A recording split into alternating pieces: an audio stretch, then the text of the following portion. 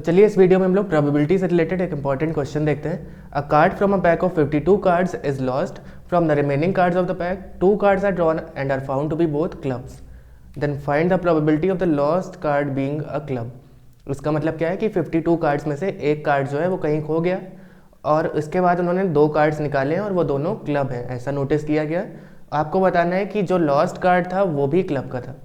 तो ऐसे में हम लोग क्या करेंगे, इस तरह के क्वेश्चंस में हमेशा बेस थ्योरम का यूज़ करेंगे। तो यहाँ पे हम लोग इवेंट्स मान लेते हैं E1, E2 और A। E1 को हम लोग बोल सकते हैं कि जो लॉस्ट कार्ड था वो क्लब का था।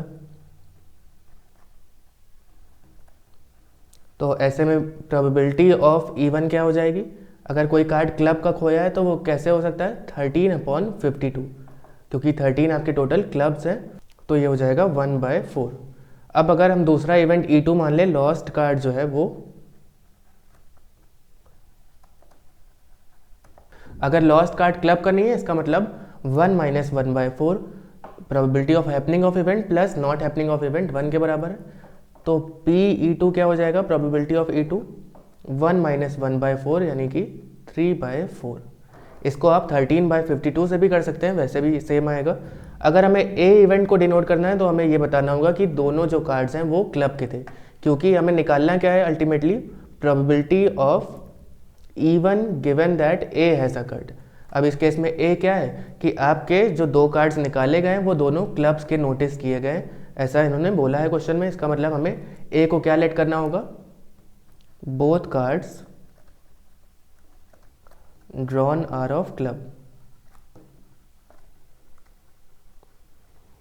तो probability of E1 under A का मतलब क्या हो गया, probability of E1 into probability of A under E1 upon probability of E1 into probability of A under E1 plus हमेशा डिनोमिनेटर में टोटल प्रोबेबिलिटी होती है, तो probability of E2 into probability of A under E2।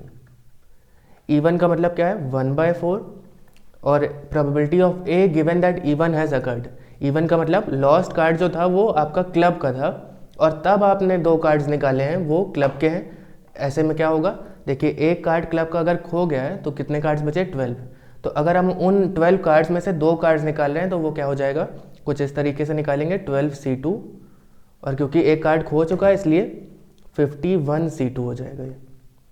Alright, इसी तरह नीचे क्या हो जाएगा यहाँ पे 1/4 into 12C2 upon 51C2 plus probability of E2 क्या हो जाएगी इस केस में 3/4 into probability of A under E2। इसका मतलब 2 कार्ड्स निकाले गए हैं वो क्लब के हैं और इसके अलावा जो लॉस्ट कार्ड है वो क्लब का नहीं है, क्योंकि यहाँ पे E2 का मतलब क्या है, गिवन दैट E2, इसका मतलब जो लॉस्ट कार्ड है वो क्लब का नहीं है, ये हमें पता है, और तब हमने A की प्रोबेबिलिटी निकाली। तो ये हो जाएगा 13C2 अपॉन 51C2, क्योंकि एक कार्ड तो खोया ही है ये हमें पता है, इसलिए 51C2 और 13C2 क्यों, क्योंकि लॉस्ट कार्ड जो है वो क्लब का नहीं था और तब हमने 2 कार्ड्स निकाले, तो हमेशा 13 कार्ड्स होते हैं क्लब्स के, तो 13C2 अपॉन 51C2।